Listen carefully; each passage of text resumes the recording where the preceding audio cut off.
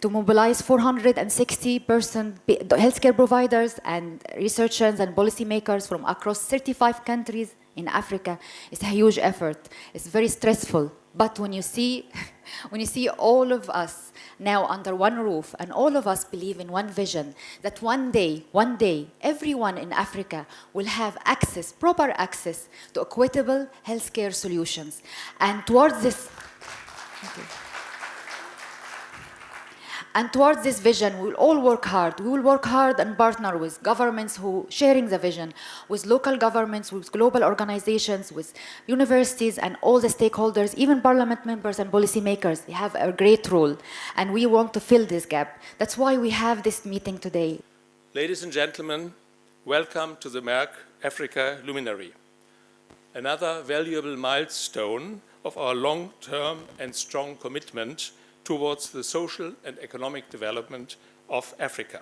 Our overall aims are to address social and health challenges and solutions, to improve disease management, early detection and prevention, to build professional healthcare capacity, and to improve access to innovative and equitable healthcare solutions on this continent.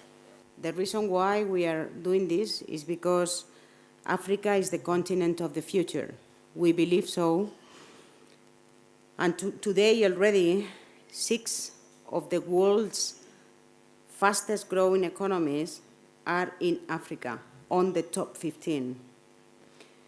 It is then presenting a tremendous opportunity to develop as a company, to grow our business here in Africa, but most importantly, as a leading science and technology company, and as a highly responsible company, we want to ensure that we contribute to the development of the African countries and the development of their people, and that as many as those African citizens are healthier and more productive as we contribute to transforming their lives through the solutions and through the therapies that we provide here in Africa, in order to contribute also to development and to growth of the economy.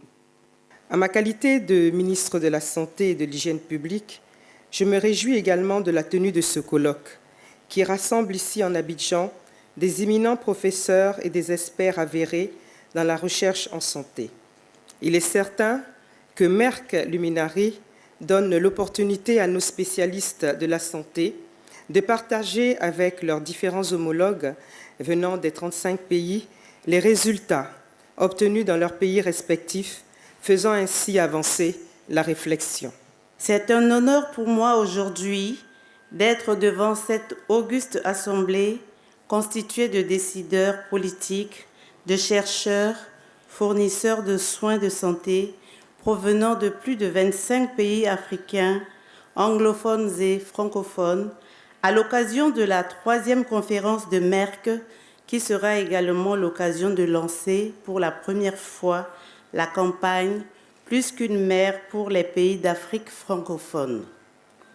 J'ai accepté de répondre à l'invitation de Merck, car ayant œuvré pour la protection des droits de la femme et de la jeune fille, je considère que ces assises constituent une réponse appropriée aux questions de santé de cette catégorie de la population en République centrafricaine, mon pays, en particulier, et en Afrique en général.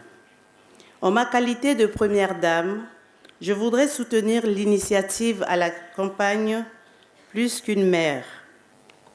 Ce projet a pour objectif principal de contribuer au développement social et économique en Afrique de 2 façons. Premièrement, en renforçant les capacités des agents de santé et des structures hospitalières. Et deuxièmement, en favorisant des soins de santé de haute qualité et innovants. Mesdames et messieurs, je déclare officiellement ouvert ce 3e colloque Merck Africa Luminary. Je vous remercie.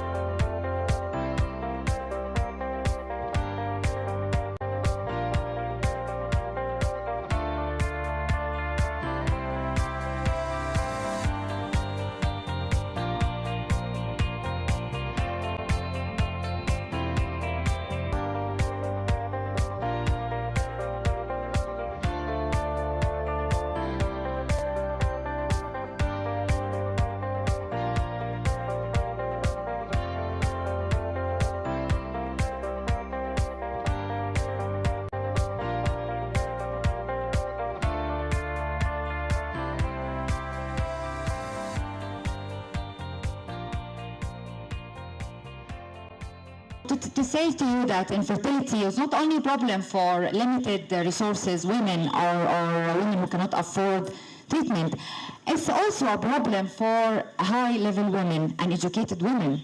And you will see the story of Joyce now in the video. Before we tell her how she utilized this story to change the landscape of infertility in Kenya by creating the first policy to regulate ART in sub-Saharan African countries. First of all, I want to take this opportunity to thank Merck More Than a Mother for coming on board, for coming to start a conversation in Africa that many thought is a taboo, it's a curse, and it cannot be spoken out loudly.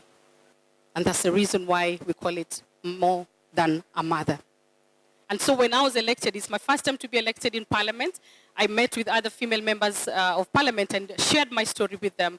And I told them we need to bring a bill. Luckily enough, there was a draft from a previous Parliament, from another member of Parliament called Honorable Millie Odhiambo. So we picked that bill.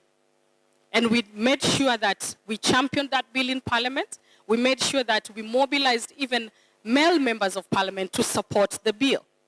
And for those who are from Kenya, I'm sure you heard about that bill. It was called IVF bill. Now it's called ART bill.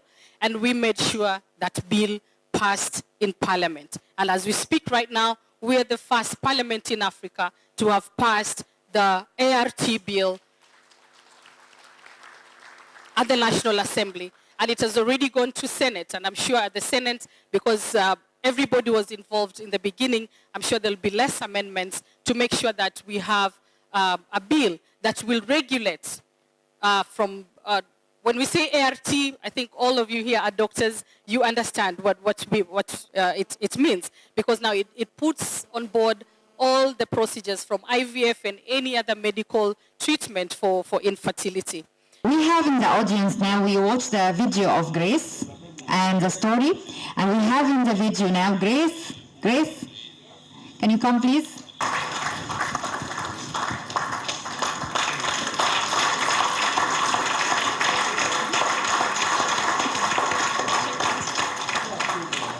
So she built a fantastic restaurant now. Yeah. Are you happy? Yes, I'm very happy. Yes, so now the life is different. Life is different now, and everything is. Maisha imebadilika. Yes, life is very different now. She's independent. Sasa unaona hata ni nang'ara. Yes, yes. Nang'ara sana.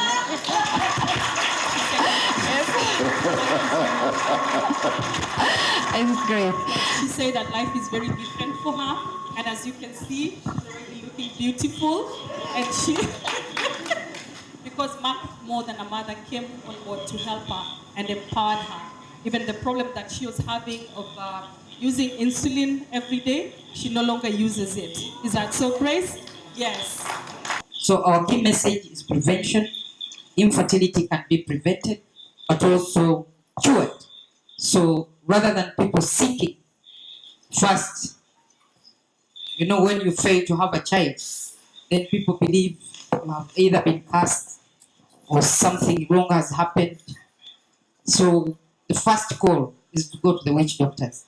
So the first call now should be for people to go to the hospitals so that they can be checked and treated, and then we leave the rest to God. We are members of the AU, the UN, and we talk about stopping all form of violence against women and children.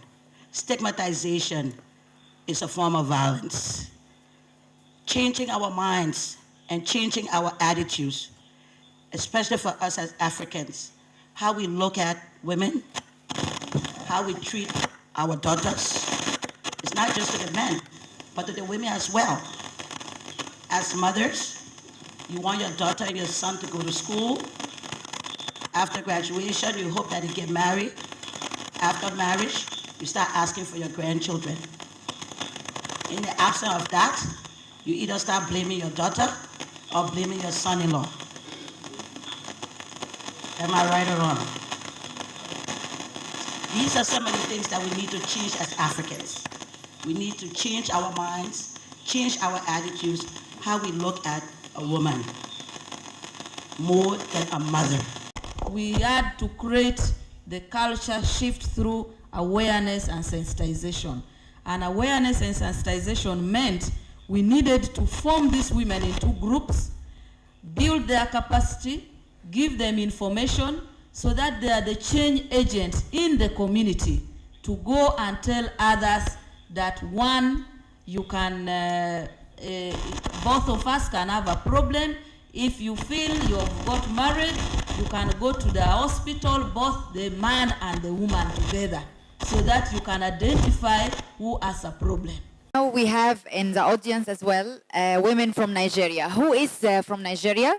Empowering these women, but also the future women through awareness, education about infertility, so they know what is their options.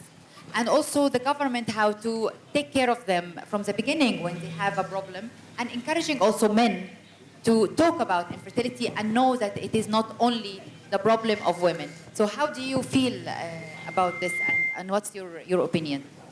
I believe will lead the advocate, or I'm leading the advocate for men to have the courage to come up and say, yes, I have this problem. Because from statistics, 50% of the problem is a male factor. And we have to emphasize, and all the men here today, I want to ask you to please join us to educate our men wherever you come from. Let them know that being infertile doesn't make you less a man. Je suis très heureuse de représenter la Première Dame aujourd'hui pour participer à ce panel qui est très important. Le programme Merck, plus qu'une mère, qui va être lancé dans mon pays, est un programme très important. Donc aujourd'hui, pour la Centrafrique, il y a un problème social, culturel. Un vrai problème à ce niveau social parce que la femme, elle est dévalorisée, et culturel parce que dans la tête, la femme, s'il n'y a pas un enfant dans un couple, c'est la faute de la femme. Donc pour régler ce problème, il faut mettre en place un programme d'information, d'éducation et communication sur les deux personnes publiques cibles. D'abord, auprès des femmes, pour leur dire que si elles n'ont pas eu d'enfants, ce n'est pas de leur faute, il faut chercher les causes pour les rassurer, pour qu'elles puissent faire face à ce problème d'infertilité. So can we also ask the ACPA and the other women from Côte d'Ivoire to come to the stage? Exactly, that's why we are involving and partnering with government and parliament members to make sure that you see these cases and to live it and to have the experience firsthand so they can dedicate budget and support for these women and the future women. And the future is bright because it's like anything else in the past when non-communicable diseases was not on the agenda of the government, and now it's on the agenda of the government. Infertility will be on the government agenda very soon. It started already. So thank you very much for all of you, all our ministers, all our governments and parliament members for supporting us, because we can create and change landscape of infertility care in Africa. Thank you very much. Thank you, you beautiful ladies. Thank you. We're coming to visit you as well.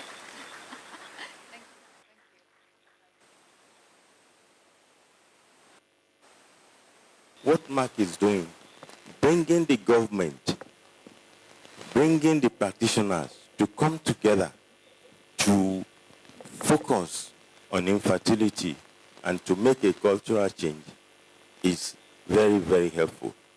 And I said it, and I'll say it again. Having been in practice in infertility for over 35 years in Nigeria, in the US, and in Europe, I have not seen no pharmaceutical company have devoted so much interest, consideration, enthusiasm, followed by action to help the people who are deprived of having children. So I think we all need to give Merck a significant commendation. Whereas the clinician has the limelight, taking in and continuous contact with the patient. The engine behind that decision and the heart of ART decision-making is driven by and rests on the embryologist. And it is this critical element to which Merck relates in terms of providing the training support, first identifying the institutions which are able to deliver the curriculum within a prescribed period. Wherever we operate, in every country we operate, we become part of society. We are part of the people through our employees, through the solutions we have, through our customers, through the people we help and the patients we help. And it's our duty as a member of a society not only to take but also to give. We have a duty to do good, and this is what we intend to do and intend to continue doing.